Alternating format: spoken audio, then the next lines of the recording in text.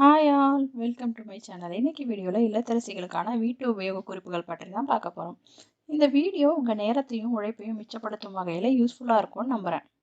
அதுக்கு முன்னாடி இப்போ தான் நம்ம சேனலை ஃபஸ்ட் டைம் பார்க்குறீங்கன்னா கீழே இருக்க ரெட் கலர் சப்ஸ்கிரைப் பட்டனை சப்ஸ்கிரைப் பண்ணுங்கள். வாங்க வீடியோக்குள்ளே போகலாம். டிப்ஸ் 1. நம்ம மிக்ஸி ஜாரில் சட்னி மசாலா அரைச்ச அப்புறம் க்ளீன் பண்ண கஷ்டமாக இருக்கும். இதுக்கு சட்னியை பவுலில் மாற்றிட்டு ஜாரில் 1/2 டம்ளர் தண்ணி ஊற்றி ஓட விடுங்க. அப்படி ஓட்டும் போது ஜாரில் ஒட்டின்னு இருக்க மசாலா தண்ணியில் கரைஞ்சி வந்துடும். அதனால் க்ளீன் பண்ண ஈஸியாக இருக்கும். டிப்ஸ் 2.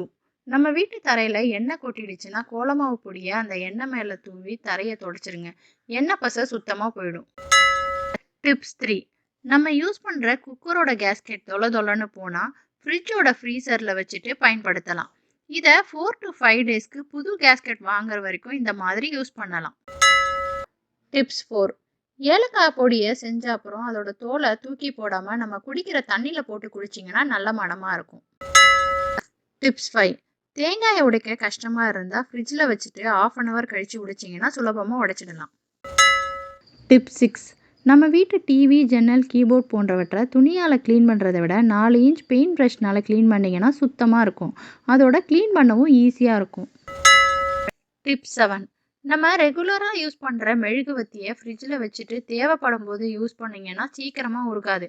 அது மட்டும் இல்லாமல் அதிக நேரம் எரியும். டிப்ஸ் 8. பூண்டை உரிக்கிறதுக்கு முன்னாடி தண்ணியில் 5 நிமிஷம் போட்டு ஊற வச்சுட்டு உரிச்சிங்கன்னா பூண்டு தோல் கையில் ஒட்டாது, உரிக்கவும் ஈஸியாக இருக்கும். டிப்ஸ் 9. நெய் காய்ச்சிய பாத்திரத்தில் 1 டம்ளர் தண்ணி ஊற்றி கொதிக்க வச்சுட்டு அந்த தண்ணியை சாம்பார் அல்லது ரசத்தில் கலந்தால் நல்ல மணமாக இருக்கும். நான் சொன்ன டிப்ஸ் யூஸ்ஃபுல்லாக இருந்துச்சுன்னா வீடியோவை மறக்காமல் ஷேர் பண்ணிவிடுங்க. மீண்டும் ஒரு நல்ல தகவலுடன் உங்களை சந்திக்கிறேன். நன்றி.